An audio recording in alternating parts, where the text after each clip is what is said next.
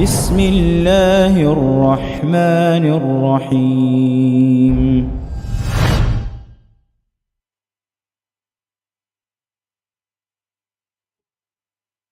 Bismillahirrahmanirrahim. Assalamualaikum warahmatullahi wabarakatuh. Innal hamdalillah nahmaduhu wa nasta'inuhu wa nastaghfiruh wa na'udzu billahi min syururi anfusina was sayyiati a'malina. May yahdihillahu fala mudhillalahu wa may yudlil fala hadiyalah. Asyhadu an la ilaha illallah wahdahu la syarikalah wa asyhadu anna Muhammadan abduhu wa rasuluh. Ya ayyuhalladzina amanu taqullaha haqqa tuqatih wa la tamutunna illa wa antum muslimun. Ya ayyuhan nas taqu rabbakumul ladzi khalaqakum min nafsin wahidah wa khalaqa minha zawjaha wa bassa minhuma rijalan katsiran wa nisaa'a wattaqullaha alladzi tasaaluna bihi wal arham innallaha kana 'alaikum raqiba.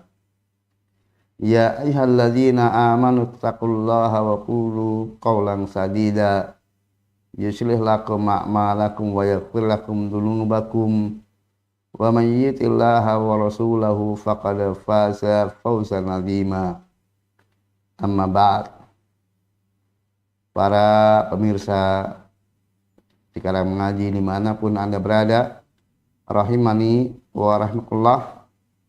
Tidak lupa, mari kita untuk senantiasa memuji dan bersyukur kepada Allah Subhanahu wa ta'ala atas segala nikmat dan karunia yang telah Allah anugerahkan kepada kita semuanya, termasuk perjumpaan kita pada sore hari ini dalam lanjutan pembacaan kitab Minhajul Firqatin Najiyah karya Syekh Muhammad bin Jamil Zainu rahimahullah.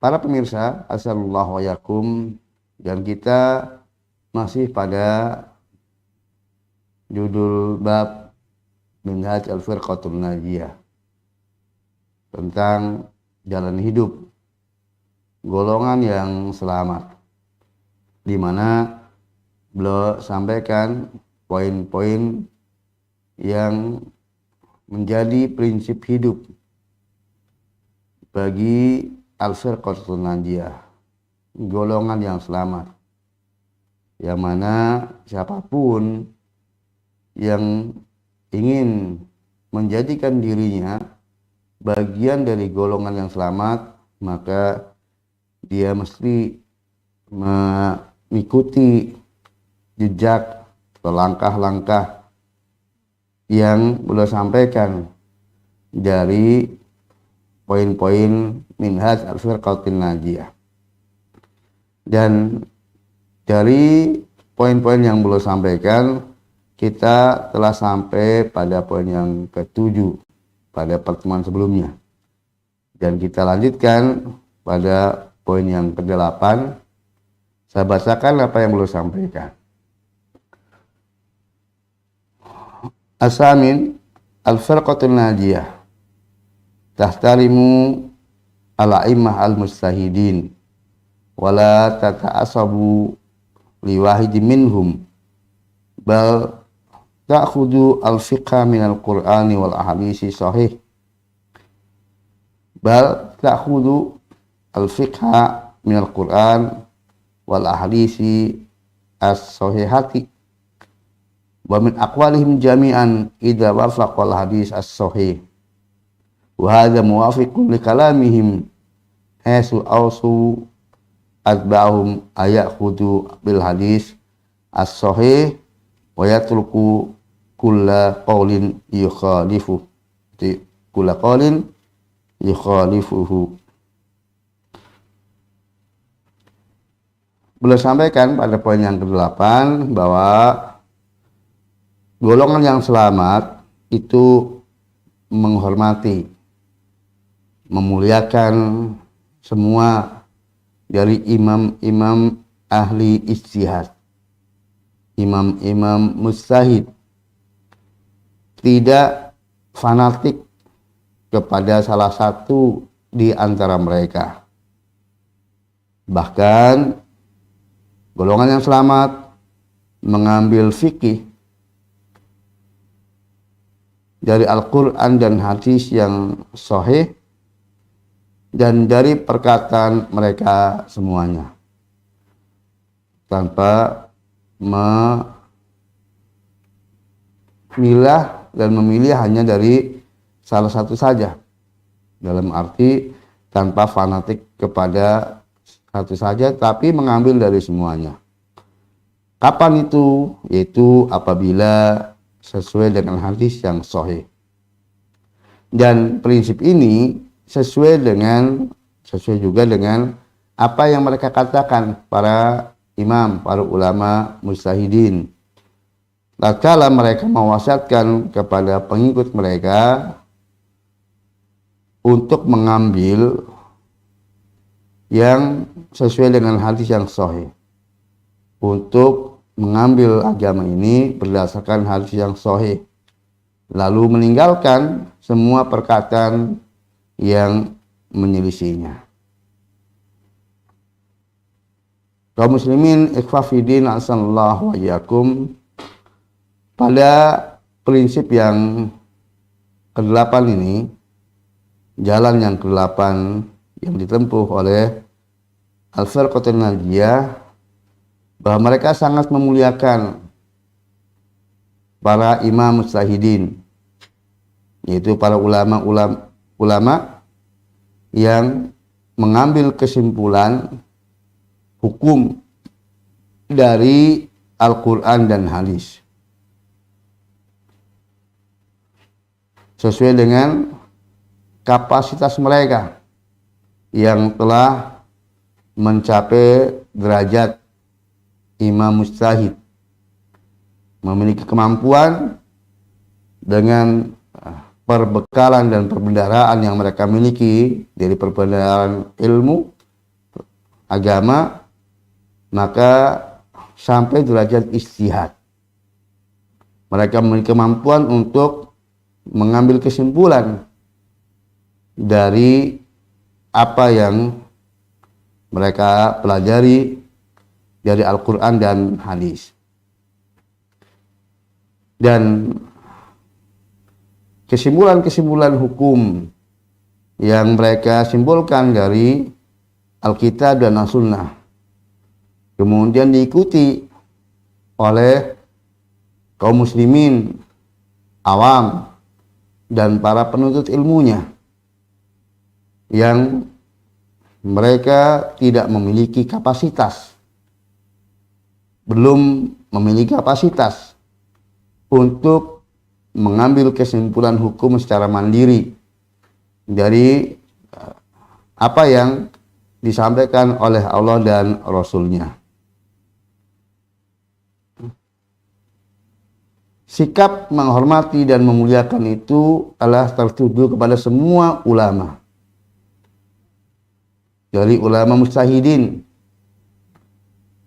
Namun mereka ketika mengambil hukum adalah sesuai dengan apa yang mereka dapatkan dari Al-Quran dan hadis yang sahih tersebut. Maka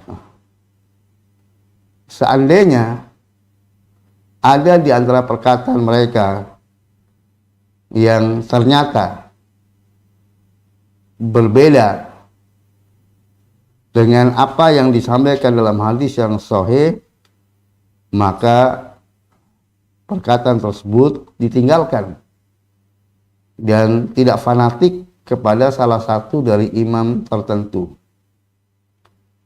Hal itu pun sesuai dengan pesan dari para imam, para ulama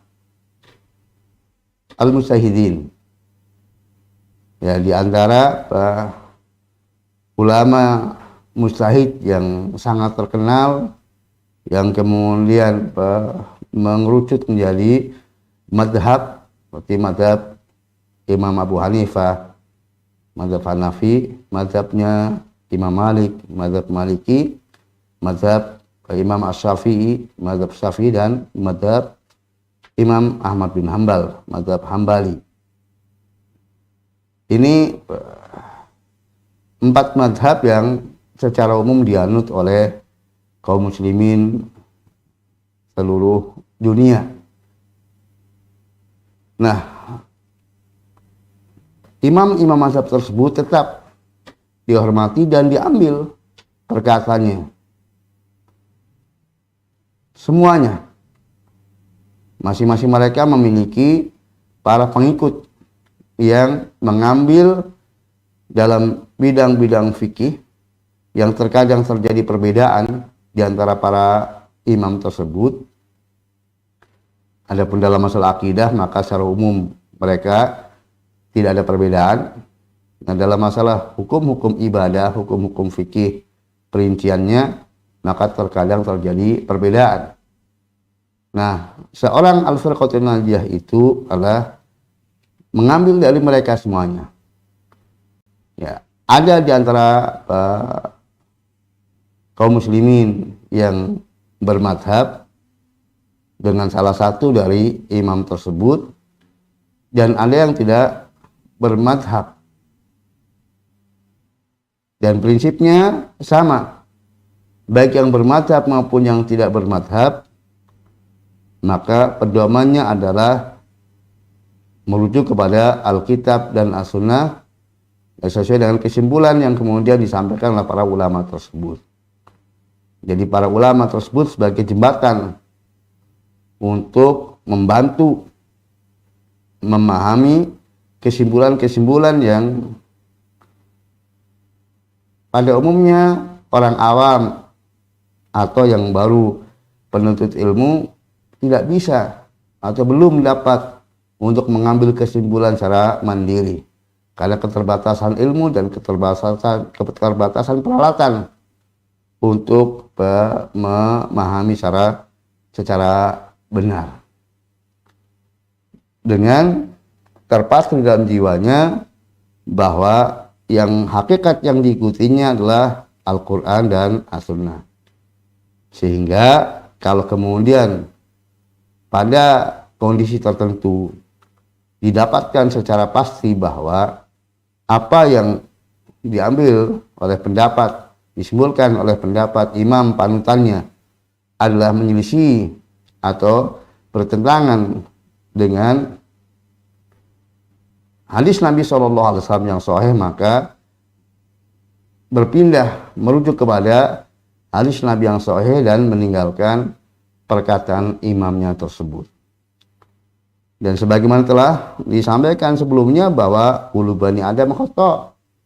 Setiap Bani Adam itu pasti ada kesalahan-kesalahan. Tanpa terkecuali para imam al-mujtahidin. Dan tentunya mereka sebagai imam al-mujtahidin, kesalahan itulah kesalahan yang kembali kepada keterbatasan manusia, di mana mereka tidak sengaja untuk kemudian menetapkan hukum yang menyelisih Alkitab dan As-Sunnah. Tetapi bagaimanapun juga ada satu keterbatasan yang terkadang luput darinya. Mungkin luput di dalam menyimpulkan sebuah hadis yang sesungguhnya secara derajat sebuah hadis itu tidak sahih, kemudian disimpulkan sebagai hadis sahih, yang ini akan berdampak kepada kelirunya di dalam menetapkan hukum karena berdasarkan hadis yang tidak valid. Sesungguhnya itu bukan bersumber dari Nabi SAW, atau disebabkan karena tidak sampainya kepadanya sebuah hadis yang sahih, sehingga kemudian beristihad dengan ro'yunya, dengan perbekalan dengan hadis-hadis yang sudah ada, ayat-ayat Al-Quran yang sudah terpahaminya dan hadis-hadis yang sudah sampai kepadanya. Ternyata ada hadis yang menyebutkan hukum tertentu yang tidak sampai kepada beliaunya, sehingga kemudian kesimpulan yang disampaikan adalah menyelisih hadis yang sahih. Nah, karena kesadaran itu pun dimiliki oleh kemudian para ulama tersebut, mereka tidak ada satupun dari mereka yang kemudian merasa bahwa seluruh hadis Nabi SAW itu sudah terkuasai sampai kepadanya, sehingga tetap mereka berpesan insya hadis bahwa madhabi. Apabila ada sebuah hadis yang sahih, maka itulah madhabku, itulah pilihanku, itu adalah apa yang menjadi keyakinanku, apa yang menjadi jalan hidupku. Kemudian apabila perkataanku menyelisih hadis yang sahih, maka tinggalkan perkataanku. Karena setiap orang bisa diambil perkataannya dan ditinggalkan selain Rasulullah SAW. Dengan demikian maka seorang al-firqatul najiyah itu akan sangat berlapang dada untuk kemudian mengkoreksi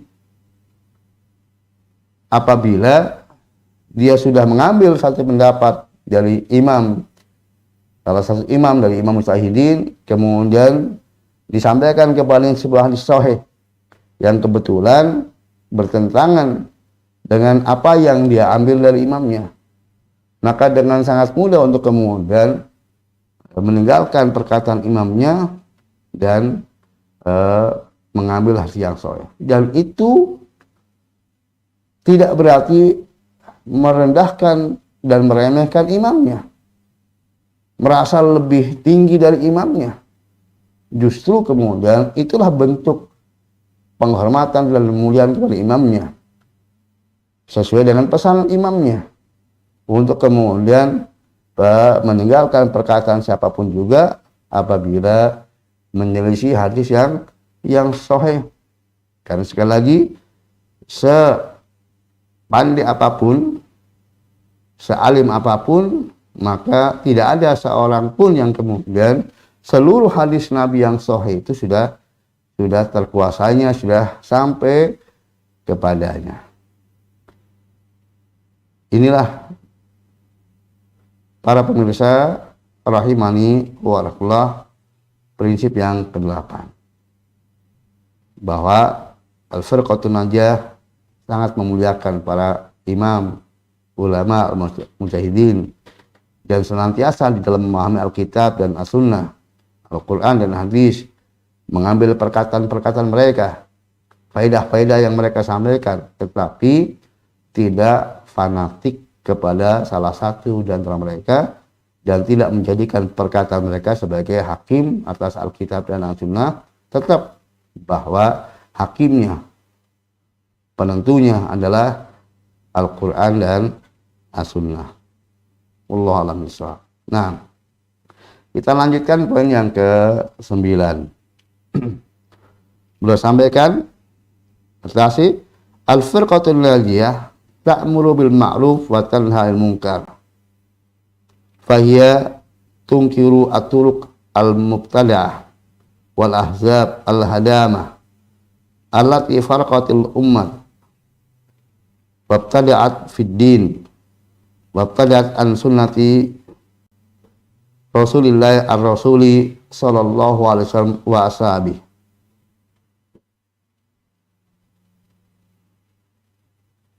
Poin yang ke-9 beliau sampaikan bahwa al-firqatul najiyah, golongan yang selamat itu mengajak kepada yang ma'ruf, memerintahkan kepada yang ma'ruf, kepada kebaikan, dan mencegah dari yang mungkar, melarang kemungkaran.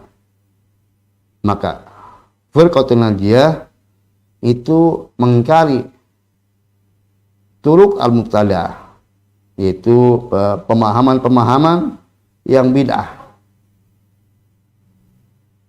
mengingkari kelompok-kelompok yang merusak, yang mana kelompok-kelompok yang merusak tersebut telah membuat tercerai-berainya umat, telah mengadakan bid'ah di dalam agama dan mengadakan bid'ah keluar dari sunnah Rasul Sallallahu Alaihi Wasallam dan para sahabatnya. Ya, para pemirsa rahimani wa rahmatullah. Pada poin yang ke-9 beliau sampaikan bahwa merupakan prinsip hidup, jalan hidup dari golongan yang selamat adalah al-amru bil ma'ruf wal nahi anil munkar. Mengajak yang ma'ruf dan mencegah dari yang munkar. Lalu beliau contohkan di sini bentuk dari mengingkari kemungkaran. Itu dengan mengingkari jalan-jalan yang dibuat oleh manusia, jalan-jalan agama yang hakikatnya bid'ah. Pemahaman-pemahaman di dalam beragama yang keluar dari tuntunan Alkitab dan As-Sunnah. Jalan-jalan agama yang disimpulkan secara salah, secara menyimpang dari Alkitab dan As-Sunnah. Karena untuk mengambil kesimpulan dari Al-Quran dan As-Sunnah, Al-Hadis, itu adalah dibutuhkan ahlinya agar mendapatkan kesimpulan yang benar. Di samping dia ahlinya, demikian juga memiliki ketulusan hati bahwa betul-betul untuk mengikuti kebenaran. Nah, di sana ada manusia-manusia yang memang condong kepada nafsunya, ittiba'ul hawa, lalu berusaha untuk mendalili atau mencari legitimasi atas hawanya tersebut agar bisa diterima oleh umat manusia dengan mendalilinya dengan Alkitab atau As-Sunnah. Padahal sesungguhnya itu adalah dorongan hawa nafsunya. Lalu mencari ayat-ayat yang mutasyabihat, ayat-ayat yang banyak kemungkinan tafsir, yang multi tafsir. Lalu kemudian diambil tafsir yang sesungguhnya bukan itu maksudnya, tetapi sesuai dengan hawa nafsunya. Atau sesungguhnya dia bukan bidangnya, bukan memiliki kemampuan untuk mengambil kesimpulan. Dan dengan kejahilannya, dengan di luar kapasitasnya atau belum kapasitasnya, mengambil kesimpulan sehingga menghasilkan kesimpulan yang salah. Lalu itu dijadikan sebagai pemahaman dalam beragama. Ya, karena dia ditokohkan oleh masyarakatnya, maka kemudian apa yang menjadi kesimpulannya, pendapatnya, fatwanya itu diikuti. Dan banyak yang mengikuti akhirnya menjadi aturuk, jalan hidup yang diatasnamakan sebagai jalan hidup agama, padahal hakikatnya itu bukan.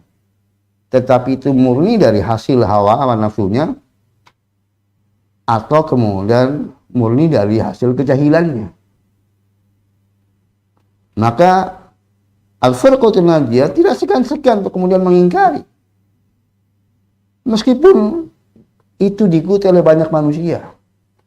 Kalau kenyataannya menyelisih jalan hidup yang telah ditempuh oleh salafus saleh dari para sahabat Nabi SAW bersama Rasulnya dahulu, dan telah diikuti oleh generasi-generasi berikutnya dari tabi'in, tabi'ut tabi'in, yang betul-betul punya komitmen untuk berjalan di dalam kehidupan dunia sesuai dengan prinsip-prinsip jalan hidup Rasul dan para sahabatnya ini, ya, maka mereka mengingkarinya. Demikian juga mengingkari al-ahzab al-hadamah, ya, kelompok-kelompok yang merusak.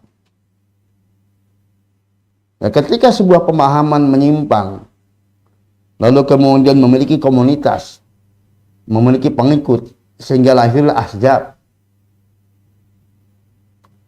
Dan nanti ya, dari pemahaman yang satu memiliki azab, pemahaman yang berikutnya. Jadi ada tokoh melahirkan sebuah pemahaman, lalu punya pengikut, menjadi ahzab tersendiri. Tokoh yang lainnya memiliki pemahaman yang menyimpang, lalu memiliki pengikut, jadi ahzab tersendiri.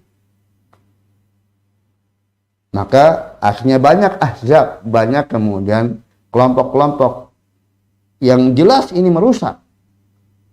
Karena kelompok-kelompok tersebut jalan hidupnya di atas namakan jalan hidup agama, padahal hakikatnya bukan. Tetapi itulah jalan hawa nafsu atau jalan kejahilan yang betul-betul bertentangan dengan apa yang ada dalam Al-Quran dan dalam hadis Nabi Shallallahu Alaihi Wasallam. Nah, al-firqatul najiyah hidup di tengah-tengah masyarakat mengingkari hal-hal tersebut. Sekali lagi, walaupun kemungkaran tersebut telah menjadi hal yang biasa dan telah memiliki pengikut yang banyak, tetapi tanggung jawab untuk kemudian menolong agamanya, menolong agama Allah Ta'ala, untuk kemudian agar kalimatullah jal ulya, kalimat Allah lah yang kemudian dia tinggi, dan seluruh yang kemudian berseberangan dengan firman Allah, dengan jalan hidup yang telah Allah turunkan kepada Rasulnya Sallallahu Alaihi Wasallam, itu adalah terbantahkan sampai di tengah-tengah masyarakat bahwa itulah sebuah kesalahan jalan. Sehingga biarlah orang-orang yang dia hidup di muka bumi ini hidup di atas bayyinah, keterangan yang nyata, yang jelas, dan yang binasa di atas kejelasan. Tujuannya adalah itarul haq yang sudah disabdakan oleh Nabi Sallallahu Alaihi Wasallam, la tazalu ta'ifatun min ummati dhahirina lal haq. Akan senantiasa ada dari umatku ini yang menampakkan, yang mereka menampakkan kebenaran, menang di atas kebenaran yang mereka miliki. Para pemirsa rahimani wa rahmatullah, ini prinsip yang ke-9. Sehingga ya, kalau kemudian kita dapatkan adanya orang-orang yang mengingkari sesuatu yang sudah menjadi tradisi yang mungkin lama beredar di tengah-tengah masyarakat, tapi kemudian diingkari, dan selama yang mengingkari itu adalah betul-betul membawakan nusus dalil Alkitab atau As-Sunnah yang sahih, dan dengan juga dibawakan akwal pendapat para ulama yang menyampaikan tersebut, bahwa hal itu sudah menjadi jalan hidup Rasul dan para sahabatnya dahulu, tapi kemudian muncul jalan hidup yang menyelisihinya, maka ya semestinya sebagai seorang muslim mukmin yang beriman kepada Allah dan Rasulnya meninggalkan, bukan kemudian kekeh dengan jalan hidup yang sesungguhnya menyimpang tersebut. Dan terkadang bahwa jalan hidup yang ditawarkan tersebut memang terkesan aneh, nyeleneh. Sebagian telah disampaikan sebelumnya, bahwa al-Islamu badal Islamu ghariban, fa sayaudu ghariban kama bada. Islam datang awalnya dengan sesuatu yang asing, dipandang asing oleh masyarakat Quraisy ketika Nabi SAW menawarkan jalan hidup dan mengingkari jalan hidup yang mereka jalani. Itu dianggap sebagai hal yang nyeleneh, aneh. Dan setelah kemudian Islam menjadi hal yang biasa, umat manusia berbondong-bondong memeluk Islam, dan Islam dikenal sebagai hal yang ma'ruf, itulah kebenaran, diterima sebagai kebenaran dan mereka meyakini sebagai kebenaran. Kemudian seiring dengan akhirnya generasi demi generasi kembali ternoda, tercampur dengan berbagai macam kejahilan dan hawa nafsu yang kemudian menjadi jalan hidup, maka Islam yang hak menjadi asing. Maka ketika pemilik kebenaran ini, orang-orang yang jalan di atas kebenaran mengingkarinya, itu dianggap sebagai hal yang aneh. Ya, tentunya bagi mereka yang komitmen dalam kebenaran, tidak mengapa kalau harus kemudian resikonya mendapatkan predikat, cap yang nyeleneh, yang suka menyalah-nyalahkan orang, bahkan mungkin suka dicap sebagai suka membid'ah-bid'ahkan orang. Kalau kemudian pada kenyataannya memang demikian secara hukum agama, sebagai bentuk kasih sayang kepada sesamanya, maka itu tetap dilakukan. Dan juga sebagai bagian dari ibadah kepada Allah. In tansurullah yansurkum. Jika kalian menolong agama Allah, maka Allah akan menolong kalian. Yang terpenting adalah bahwa pengingkaran tersebut didasari atas hujah yang nyata, atas bayinah, keterangan yang jelas yang nyata, tidak secara gegabah, tidak kemudian memperturutkan syahwat pengingkaran, tetapi betul-betul demi mencari keridhaan Allah di atas bayinah, di atas keterangan. Selanjutnya, para pemirsa dimanapun Anda berada, rahimani wa rahmatullah, poin yang ke-10. Beliau sampaikan pada poin yang ke-10, al-firqatul najiyah tal'u al-muslimina ayakununa minal mutamassikina bi surati Rasulih sallallahu alaihi wasallam wa sahabi hatta yuktabu lahum an-nasr wa hatta yadkhulul jannah bi fadlillah wa syafaati Rasulih sallallahu alaihi wasallam. Pada poin yang ke-10 ini beliau sampaikan bahwa al-firqatun najiyah, golongan yang selamat, mengajak kaum muslimin, menyeru kepada kaum muslimin untuk supaya mereka berpegang teguh dengan sunnah Rasulullah sallallahu alaihi wasallam dan sunnah para sahabatnya, para sahabat Nabi sallallahu alaihi wasallam, supaya mereka mendapatkan pertolongan dan supaya mereka masuk surga dengan karunia Allah dan syafaat Rasulullah sallallahu alaihi wasallam. Para pemirsa rahimani wa rahimakumullah. Pada poin yang ke-10 ini, jadi mu'alif Syekh Muhammad bin Jamil Zainu rahimahullah belum menyampaikan, ya ini kelanjutan dari poin yang ke-9. Jadi karena dakwahlah taswiyah wa tarbiyah,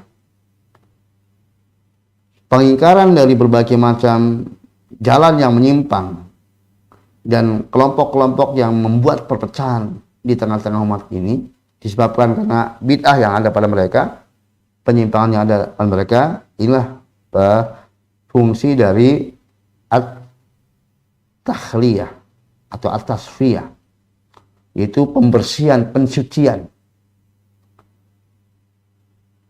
Jadi dibersihkan, disucikan dulu dari hal-hal yang kotor, dari hal-hal yang buruk, dari hal-hal yang menyimpang. Kemudian diajak untuk mengisinya dengan hal-hal yang benar, hal-hal yang bersih, hal-hal yang suci.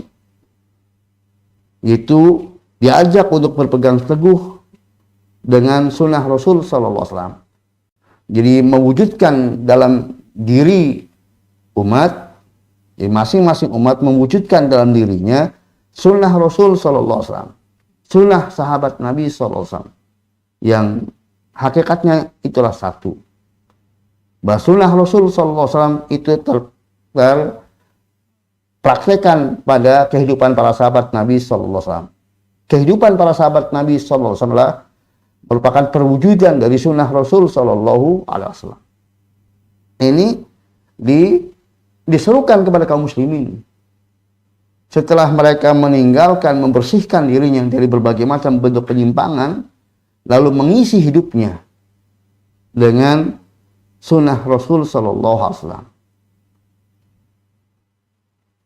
Seperti pesan dari Nabi Sallallahu Alaihi Wasallam, "Alaikum bisunnati wa sunnatil khulafa'ir rasyidin al-mahdiyyin min ba'di." Wajib atas kalian berpegang teguh dengan sunnahku dan sunnah khulafa'ir rasyidin sepeninggalku. Wa iyyakum wa muhdatsatul umur. Dan jauhilah atas kalian hal-hal yang baru, hal-hal yang diada-adakan, yang itu menyimpang, tidak sesuai dengan sunnah Rasul Sallallahu Alaihi Wasallam.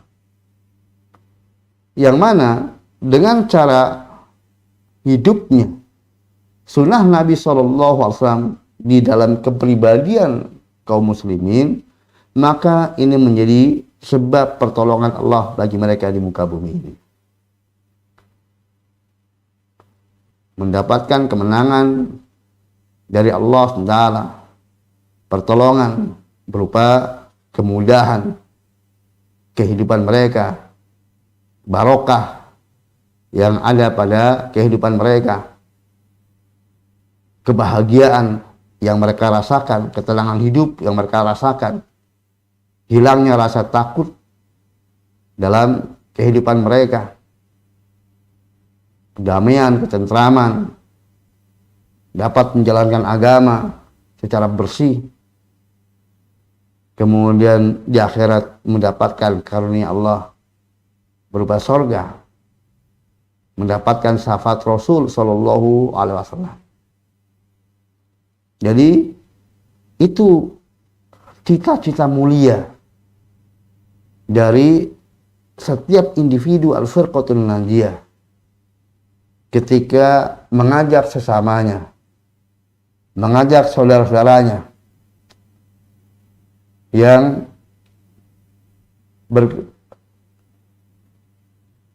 bergelimang atau ternoda hidupnya dengan berbagai macam penyimpangan dalam beragama,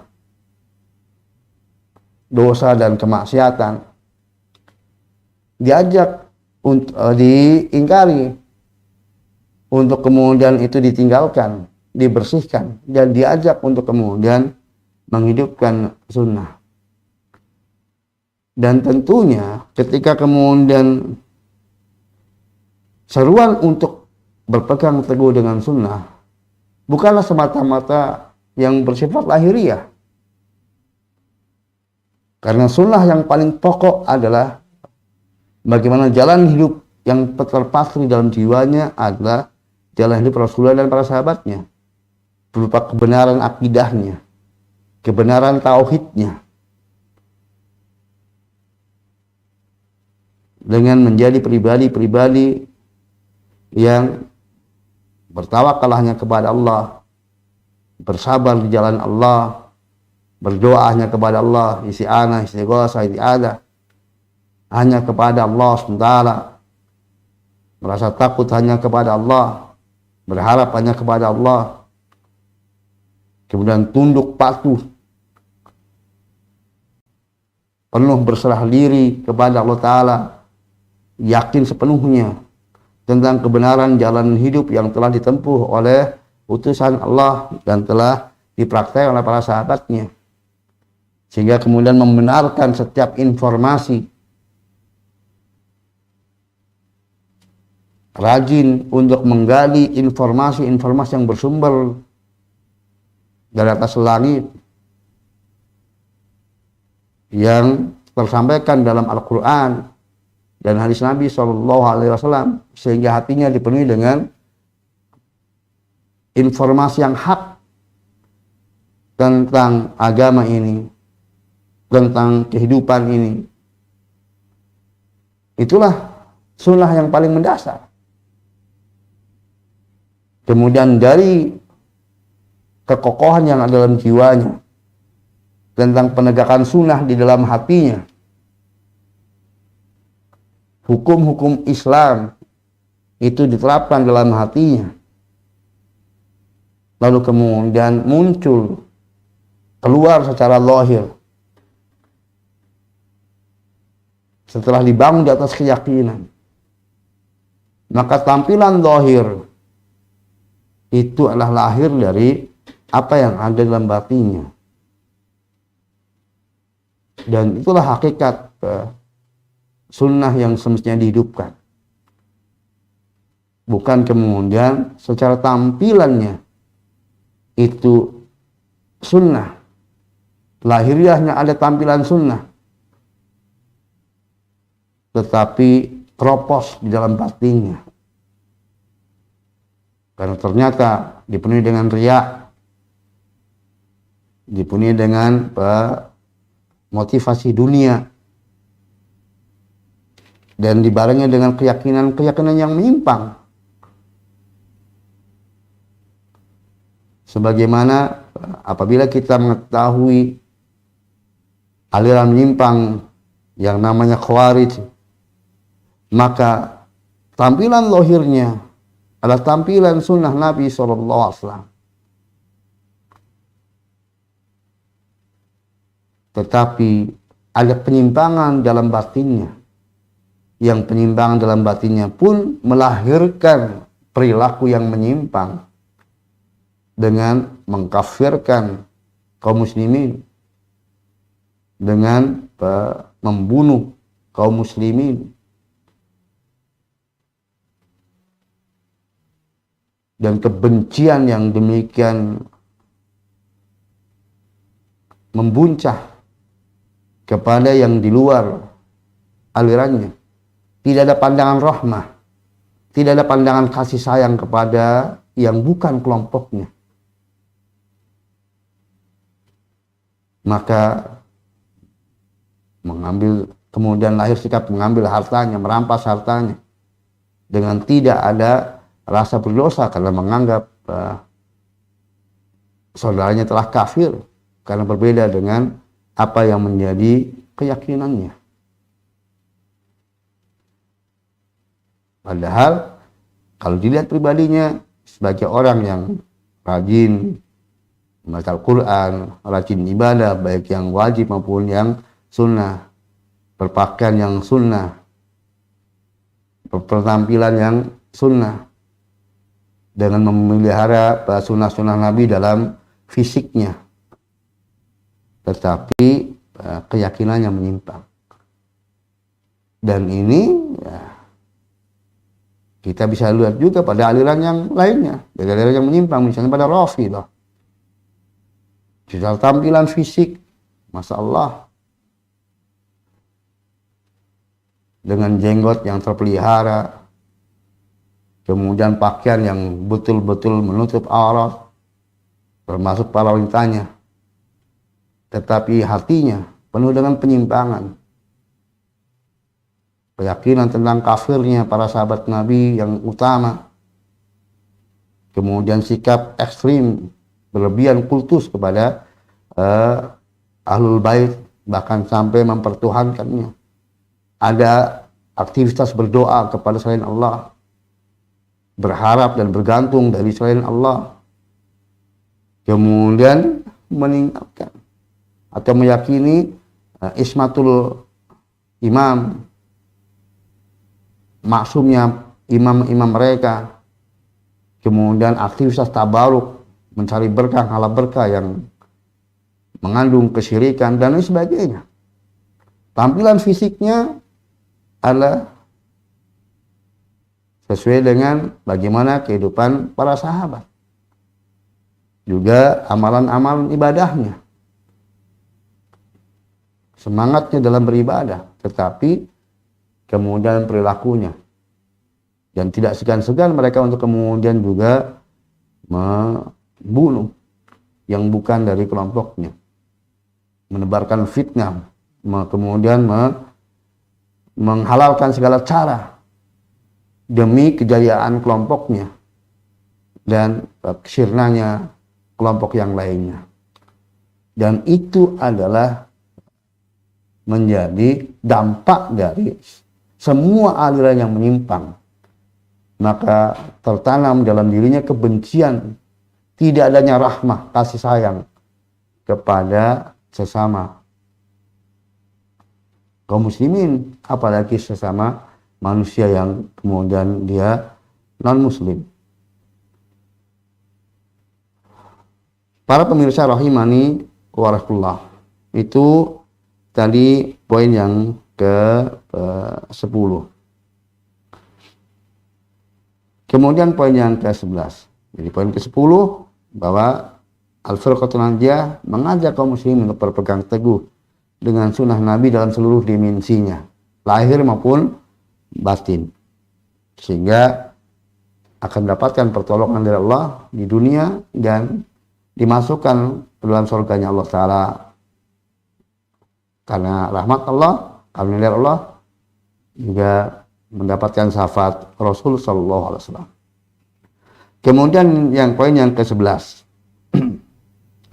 boleh sampaikan para pemirsa, assalamualaikum yakum, Al-Firqatul Najiyah tungkiru al-qawanin al-wad'iyah allati hiya min wad'il bashar li mukhalafatiha hukmal Islam wa tatwil at-tahkimi kitabillahi alladhi anzalahu Allahu li sa'adatil bashar fid dunya wal akhirah wa huwa a'lamu subhanahu wa ta'ala bima yuslihu lahum wa sabitun la tatabaddal ahkamahu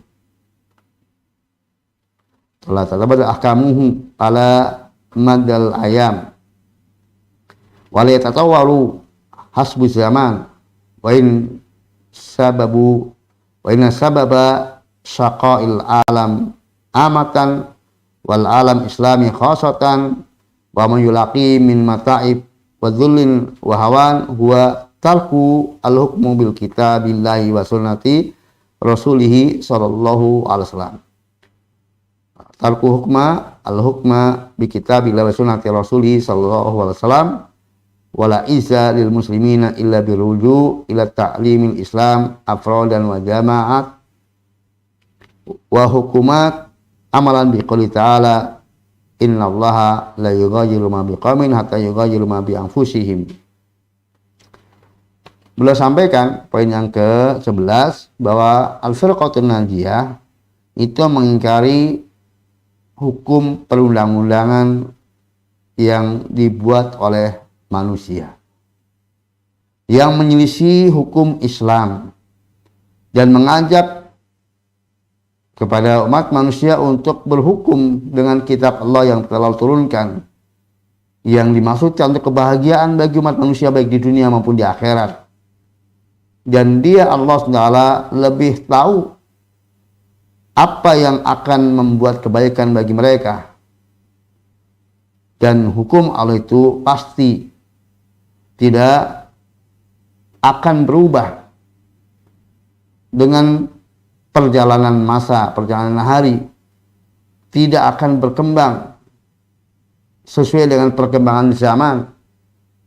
Dan sungguh sebab kesengsaraan yang dialami oleh umat manusia secara umum dan juga umat Islam secara khusus, dan apa yang menimpa mereka dari berbagai macam musibah, bencana, kehinaan, itu adalah disebabkan karena mereka meninggalkan berhukum pada kitab Allah dan sunnah Rasulnya sallallahu alaihi wasallam.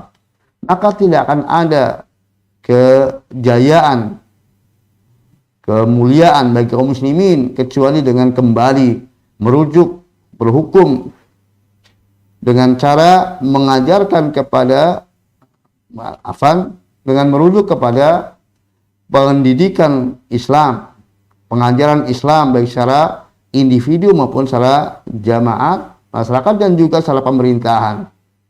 Mengamalkan firman Allah Ta'ala, sesungguhnya Allah tidaklah merubah nasib sebuah kaum sehingga mereka merubah apa yang ada pada diri mereka. Surat Ar-Ra'd ayat 11. Para pemirsa rahimani wa rahmatullah, ini poin yang ke-11 dan poin yang terakhir pada kesempatan sore hari ini, insyaallah. Jadi bahwa Al-Firqatul Najiyah itu mengingkari perundang-undangan yang diberlakukan untuk umat manusia yang itu murni buatan manusia, yang bertentangan dengan undang-undang atau dengan hukum Islam, hukum kitab Allah dan sunnah Rasulnya.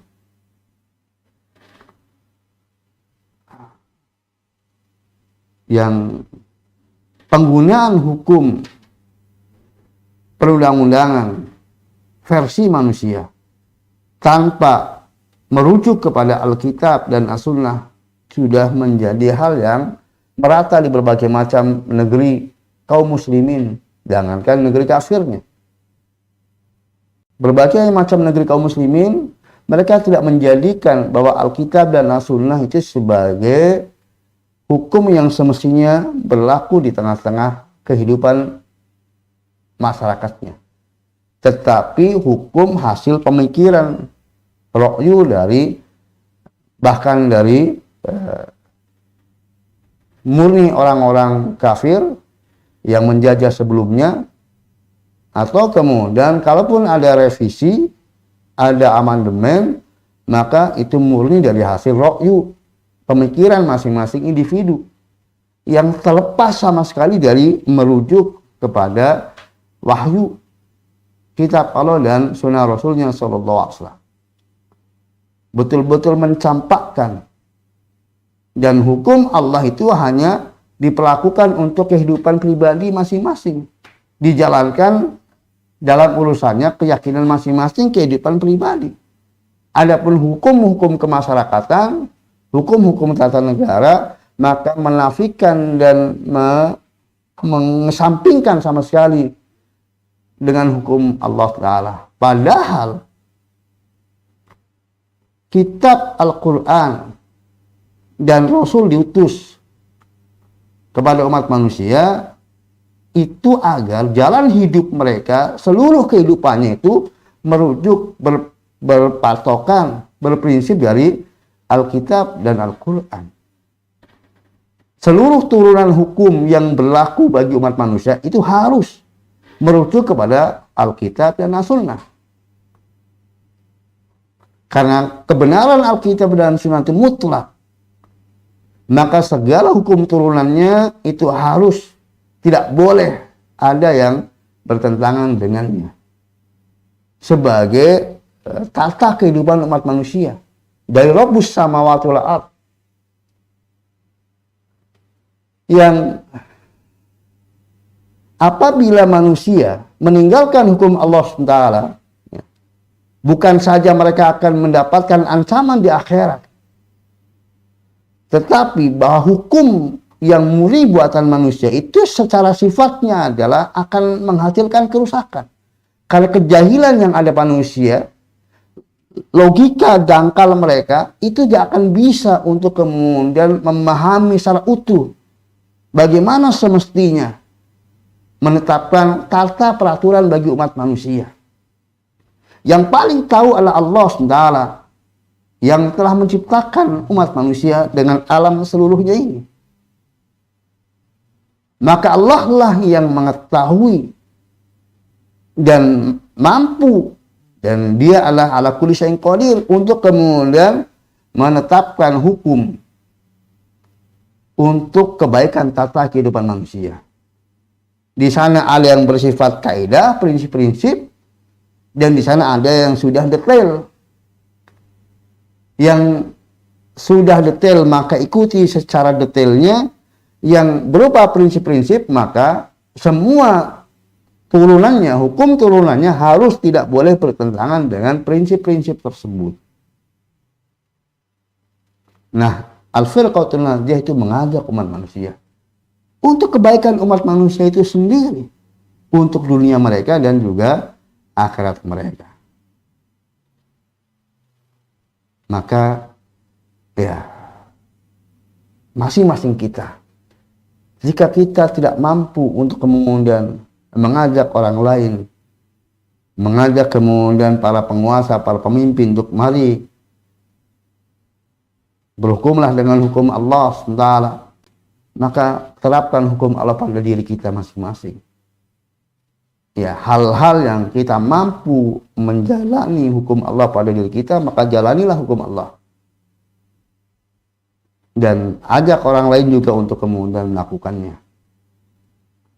Adapun kemudian hidayah biadillah, setelah diajak, diserukan dengan berbagai macam arahan dan kemudian penyampaian sisi-sisi negatifnya apabila tidak menjadikan hukum Allah sebagai tata kehidupan dalam bermasyarakat, kemudian kekeh tetap menggunakan hukum murni buatan manusia yang di sana ternyata bertentangan dengan hukum Allah, maka ya itu pertanggungjawabannya ada di sisi Allah SWT, hisabnya ada di sisi Allah Ta'ala.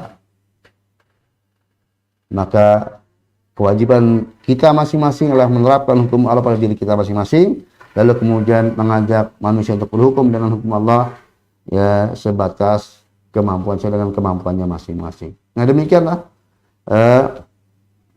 para pemirsa rahimani warahmatullah, kajian kita pada sore hari ini masih dalam poin-poin yang menjadi prinsip hidup, jalan hidup dari Al-Firqatul Najiyah, dan menyisakan satu poin lagi pada poin yang ke-12, tetapi bahasanya cukup panjang, satu poin tapi rinciannya cukup panjang, maka insya Allah akan saya lanjutkan pada pertemuan yang akan datang. Bismillah. Demikian, maka tafadhol untuk kalau ada pertanyaan. Assalamualaikum Ustaz. Waalaikumsalam. Seperti apa batasan kita beramal ma'ruf kepada sekte yang menyimpang? Ikhwafin rahimani warahmatullah, berdasarkan hadis Nabi SAW dalam hadis Bisa al-Khudri, man ra'a minkum munkaran falyughayyir biyadi fa illam yastati fa bi lisani fa illam yastati fa bi qalbi wa dzalika athabul iman. Barang siapa yang kemudian dia melihat sebuah kemungkaran, maka ingkarilah dengan tangannya, jika tidak mampu maka dengan lisannya, dan jika tidak mampu maka dengan hatinya, dan itulah selemah-lemahnya iman. Maka kita sebagai rakyat jelata, masyarakat biasa, maka kemampuan kita secara umum adalah dengan lisan. Jadi mengingkarinya dengan lisan, dengan hujah atau dalil-dalil yang hak dari Alkitab atau As-Sunnah yang bisa kita sampaikan untuk mengingkari apa yang kita ketahui, kita saksikan. Kepada siapa yang kemudian kita memiliki kemampuan untuk kemudian menyampaikan kepadanya. Adapun dengan tindakan tangan, artinya perampasan dan sebagainya, maka itu bukan kewenangan kita. Ya, kecuali kalau kemudian pengingkaran kemungkaran itu adalah dilakukan oleh orang-orang yang di bawah kepemimpinan kita. Misalnya anak kita melakukan kemungkaran dengan menggunakan alat-alat yang diharamkan secara syariat, maka kita bisa rampas, bisa kita rusak alat-alat tersebut. Kemudian mungkin juga murid, ya, maka bisa kemudian kita ingkari, kemudian mungkin diberi sanksi dan sebagainya dari yang di bawah kewenangan kita. Adapun kemudian kalau masyarakat secara umum, maka kita hanya menggunakan lisan dan tidak boleh kemudian kita menggunakan kekuasaan tangan, pengingkaran fisik dengan perampasan, kemudian penyangsian hukuman kepada masyarakat, karena itu bukan kewenangan kita. Ya, kalau ada kemungkaran maka kita bisa sampaikan kepada aparat yang berwenang agar kemudian mereka lah yang menanganinya. Adapun kemudian apakah dilakukan penanganan atau tidaknya, itu bukan tanggung jawab kita. Kita hanya menyampaikan. Setelah kita menyampaikan kepada pelakunya itu tidak benar, tidak baik, melanggar aturan agama, kemudian ya kita bisa sampaikan kepada aparat yang berwenang untuk kemudian menindaknya. Dan kita tidak menggunakan kekuasaan karena kita bukan orang yang berkuasa untuknya. Kalau ternyata kemudian kita tidak mampu, lisan pun juga tidak punya kemampuan, ya kita, yang jelas hati kita mengingkari setiap kemungkaran yang ada. Kemudian kita tinggalkan majelis-majelis yang terdapat dalamnya kemungkaran. Jika itu bisa kita lakukan, kemudian kita meninggalkannya. Yang jelas tersimpan dalam hati kita bahwa itu adalah mungkar dan kita membencinya dalam hati kita. Wallahu a'lam bishawab. Nah, Siapakah yang dimaksud dengan para sahabat? Bukankah ada sahabat juga yang menyimpang? Ya, para pemirsa rahimani wallah, untuk seseorang dikatakan sahabat, maka ada 3 kriteria pokok. Ya, ada 3 kriteria pokok untuk seseorang dikatakan sebagai sahabat Nabi SAW. Yang pertama adalah perjumpaan dengan Nabi. Jadi dia masih berjumpa dengan Nabi SAW di masa hidup Nabi SAW, bukan yang mengklaim berjumpa dengan Nabi setelah wafatnya Nabi. Ya. Mengklaim ditemui oleh Nabi secara sadar, bukan. Tapi dia hidup ketika Nabi masih hidup, dia bertemu dengan Nabi SAW. Jadi ini syarat mutlak, harus ada perjumpaan, pertemuan dengan Nabi SAW. Meskipun dia tidak melihat Nabi, karena mungkin dia buta, tetapi dia mesti ada perjumpaan dengan Nabi SAW. Kemudian yang kedua, beriman kepada Nabi SAW. Jadi semasa hidupnya, dia masih hidup dan Nabi masih hidup itu, ya, dia beriman kepada Nabi, beriman bahwa Nabi sebagai utusan Allah Ta'ala, dia beriman. Kemudian yang ketiga, ketika wafat, ya, ketika dia meninggal, dalam keadaan masih beriman kepada Nabi SAW. Jadi, misalnya Nabi telah wafat duluan, kemudian dia meninggal berikutnya. Nah, ketika dia meninggal, maka dia beriman kepada Nabi SAW. Atau dia meninggal lebih dulu, Nabi masih hidup, maka meninggalnya pun dalam keadaan dia beriman kepada Nabi SAW. Dia orang yang masih, Islamnya masih sah, tidak murtad. Meskipun pernah murtad di masa hidupnya, tetapi mengakhiri hidupnya dalam keadaan beriman. Ini 3 ya. Jadi perjumpaan dengan Nabi, kemudian beriman kepada Nabi, dan meninggal dalam keadaan beriman. Itu sahabat. Nah, tidak dipermasalahkan tentang seberapa lama perjumpaan dengan Nabi SAW. Meskipun sesaat pun perjumpaannya, tetap dialah sahabat Nabi SAW. Jadi tentang berapa lama kehidupan bersama Nabi, perjumpaan Nabi itu tidak dipermasalahkan. Nah, dalam sejarah kehidupan para sahabat, maka tidak ada seorang sahabat pun yang dia menyimpang. Ya. Adapun salah ada. Sahabat yang salah, sahabat yang berbuat dosa ada. Tetapi sahabat yang jalan hidupnya menyimpang, prinsip-prinsip hidupnya itu menyimpang, tidak ada. Di semua sahabat bersepakat untuk meniti jalan hidup Rasulullah SAW. Bahwa jalan hidup Rasulullah jalan kebenaran yang harus mereka jalani. Maka ketika mereka terjerumus dalam dosa, mereka menyadari sepenuhnya bahwa itu dosa. Itu adalah melanggar perintah Nabi atau melanggar larangan Nabi. Adapun menyimpang, itu berbeda paham dengan Nabi, berbeda pandangan hidup dengan Nabi, maka tidak ada. Sekali lagi, tidak ada satupun sahabat yang mereka hidupnya meniti jalan hidupnya dengan bid'ah, dengan penyimpangan. Semua meniti dengan jalan kebenaran. Hanya saja terkadang ada di antara mereka yang kemudian terjadi kesalahan. Salah mungkin, dosa mungkin, tetapi dengan istilah menyimpang maka tidak ada. Wallahu a'lam bishawab. Nah. Assalamualaikum Ustaz. Waalaikumsalam. Undang-undang yang saat ini dipakai ada beberapa yang disisipkan di dalamnya oleh kaum rezimi. Apakah kaidah yang seperti ini tetap harus dipatuhi? Para pemirsa rahimani warahmatullah, bahwa pemerintah muslim, dosa apapun yang mereka miliki, kezaliman apapun yang mereka miliki, selama mereka muslim, ya, hukum mereka masih hukum muslim, maka wajib bagi masyarakatnya untuk kemudian mentaati pemerintah tersebut, kecuali dalam bermaksiat kepada Allah Ta'ala. Maka kezaliman dan kemaksiatan penguasa pemerintah itu adalah menjadi tanggung jawab mereka, dan bukan menjadi tanggung jawab rakyat ikut menjadi dosa dari apa yang mereka lakukan.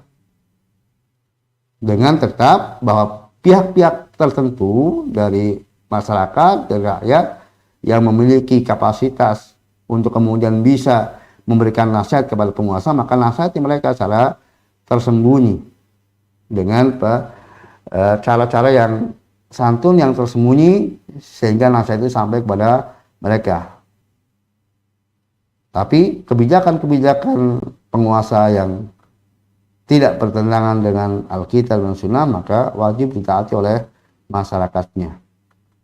Karena dosa dan kedoliman, kemaksiatan tidak serta-merta kemudian menjadikan seorang itu adalah murtad atau kafir.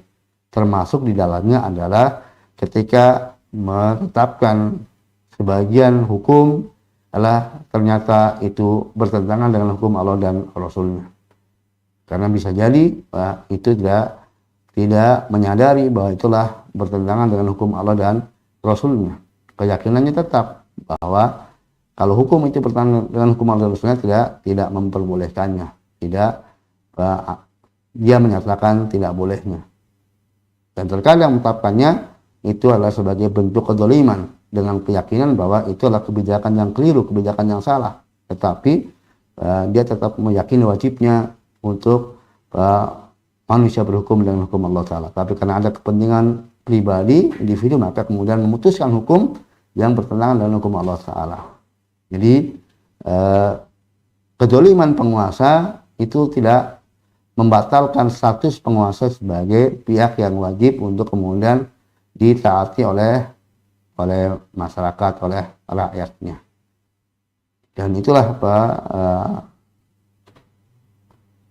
yang menjadi jalan hidup al-firqatun najiyah. Sebagaimana ketika para sahabat Nabi SAW yang mereka masih hidup ketika itu dipimpin oleh Hajjaj bin Yusuf, penguasa yang sangat zalim, sangat bengis, tapi tetap bahwa kebengisan dan kedoliman yang dilakukan oleh Hajjaj bin Yusuf tidak menghalangi para sahabat Nabi ini untuk tetap taat dan patuh dalam penguasanya, dan tetap mengakuinya sebagai pemimpin yang wajib ditaati segala kebijakan-kebijakannya selama itu adalah bukan sebuah kemaksiatan. Wallahu a'lam bishawab. Nah, ada dai yang menyatakan berhukum menggunakan undang-undang yang dibuat pemerintah termasuk kepada penyimpangan dan bisa memasukkan diri kepada kesyirikan. Apakah benar seperti itu, Ustaz? Kalau kepada para pemirsa rahimani wallah, bahwa menetapkan atau menggunakan hukum yang bertentangan dengan hukum Islam, ya perlu diperhatikan, tidak setiap hukum yang diterapkan oleh manusia itu adalah sebagai hukum menyimpang, ya, hukum yang batil.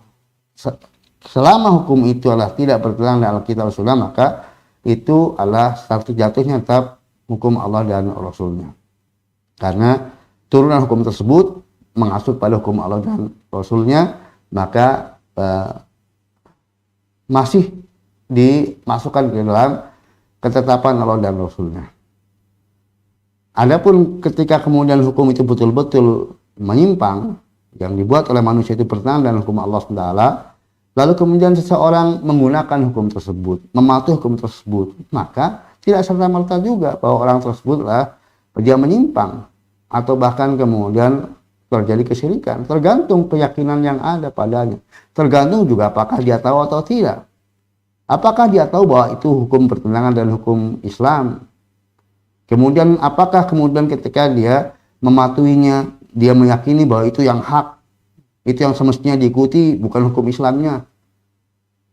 Jadi kesyirikan terjadi ketika seseorang itu mengetahui bahwa itu adalah hukum bertentangan dengan hukum Islam, lalu kemudian dia mematuhi dengan menganggap bahwa hal itu adalah boleh-boleh saja, tidak haram, atau bahkan menganggap itu lebih sama saja dengan hukum Islam, sejajar, setara, atau bahkan lebih baik, itu baru. Maka itu urusan hati. Kita tidak mengetahui apa yang diyakini orang ketika kemudian dia mematuhi hukum yang bertentangan dengan hukum Islam. Sehingga kita tidak bisa menghukumi begitu saja. Tetap kita menghukuminya lah sebagai seorang muslim yang terjerumus dalam kesalahan. Nah, kesalahan itu apakah disadari atau tidaknya kita pun tidak tahu. Mungkin dia tidak tahu, maka hakikatnya dia tidak berdosa karena dia tidak tahu. Dia menganggap bahwa itu adalah masih sesuai dengan hukum Islam. Sehingga ketika kemudian seorang muslim melihat ada kesalahan pada saudaranya, maka yang pertama kali dia pikirkan mungkin dia tidak tahu bahwa itu salah. Sehingga tidak menurunkan derajat saudaranya sebagai pelaku dosa. Karena dengan kejahilan yang sedemikian merata di tengah-tengah kaum muslimin, sangat mungkin seorang muslim itu tidak mengetahui bahwa apa yang dilakukannya adalah sebuah kesalahan. Maka dahulukan terlebih dahulu udzur bil jahal, yaitu kita sampaikan, kita berpikir pada diri kita itu adalah semata-mata karena kejahilan. Nah, kita memberikan udzur, alasan nampaknya itu karena tidak tahu.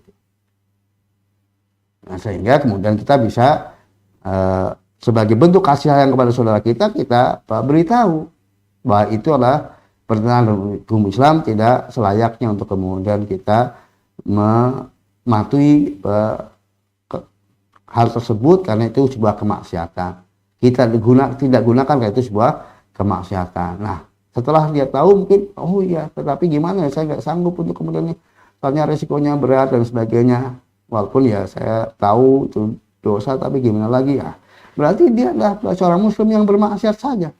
Karena dia tetap meyakini bahwa hukum Allah lah yang benar, yang hak, dan yang segala yang bertentangan dengannya itu adalah batil, tidak benar, tidak selayaknya untuk kemudian dipatuhi. Tetapi ada situasi dan kondisi yang dia tidak sanggup untuk kemudian menerima resikonya misalnya. Maka ya tetap dia saudara kita muslim, tetapi yang lemah imannya untuk bisa tetap patuh kepada perintah Allah dan Rasulnya. Allah a'lam bishawab. Nah. Waalaikumsalam.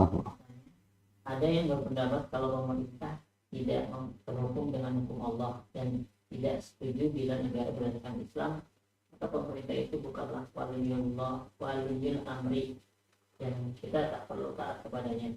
Apakah pendapat ini sahih, Ustaz? Dan bagaimana mengcounter pendapat ini, Ustaz? Barakallahu fiik. Ikhwafidin para pemirsa rahimani warahmatullah, terkait dengan hukum individu ya. Jadi setelah kemudian kapan seseorang itu dikatakan dia telah keluar dari Islam terkait dengan hukum buatan manusia yang bertentangan dengan hukum Islam, maka itu adalah tadi telah disampaikan. Kalau dia meyakini bolehnya, atau kemudian dia menganggap setara, atau dia menganggap lebih baik, maka itu adalah keyakinan, sifat, sikap yang kemudian menjadikan seorang itu keluar dari Islam karena keyakinan tersebut. Hanya saja untuk individu tertentu, untuk vonis tertentu pada sosok tertentu, misalnya dalam hal ini kepada penguasa tertentu, maka ya masih di sana harus apa? Tamamu syurut wal mawani, terpenuhnya semua syarat-syarat dan tidak adanya penghalang. Dan inilah bukan kewenangan rakyat jelata, tetapi adalah kewenangan laul amar dari para ulama. Ya, mereka lah yang kemudian untuk kemudian meneliti dan melakukan tindak lanjut untuk kemudian hukum kepada individu penguasa tersebut.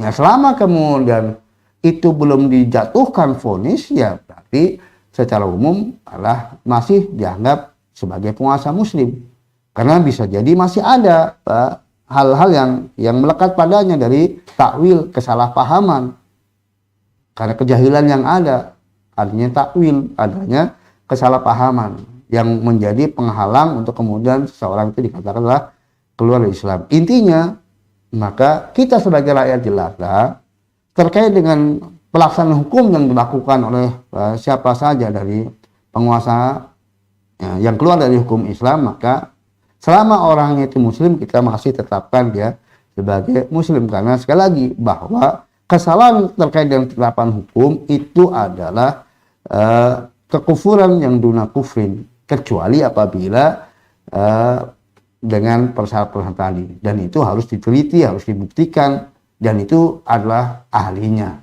yaitu para ulama. Kemudian taruhlah seandainya kita hidup di negara yang betul-betul tidak dilakukan bahwa penguasanya lah orang kafir, dia bukan orang Islam.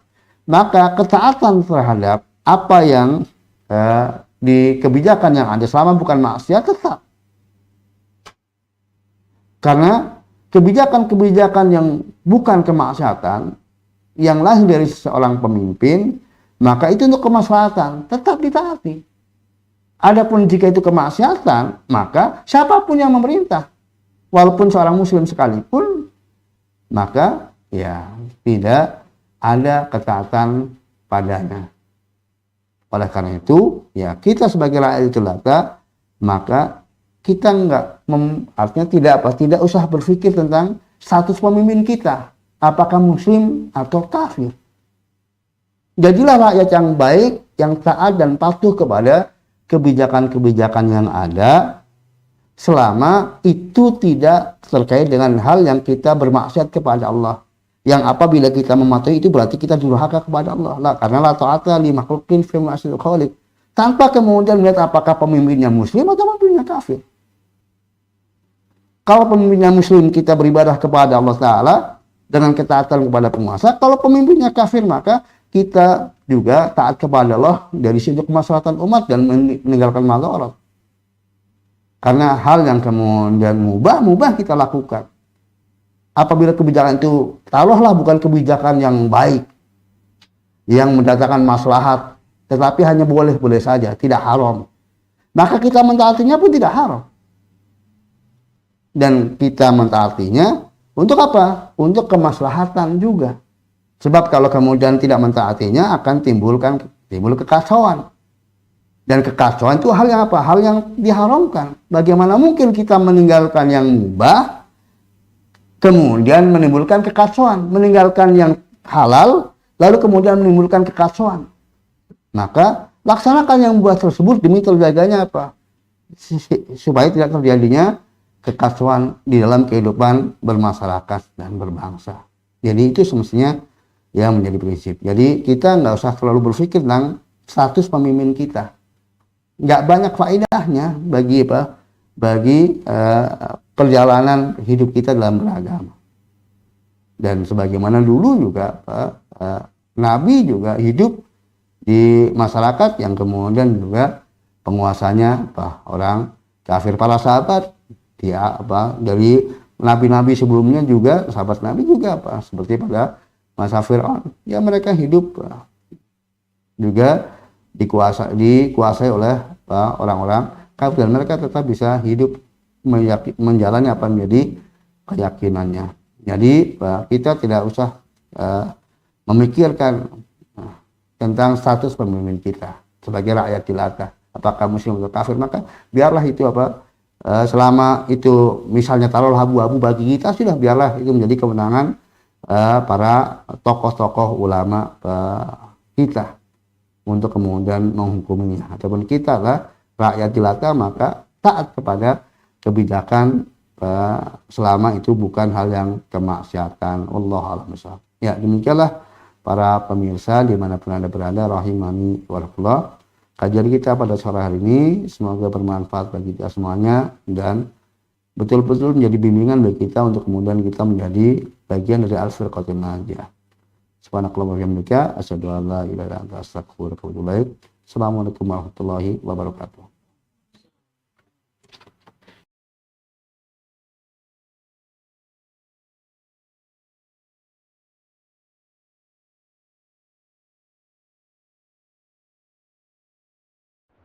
بسم الله الرحمن الرحيم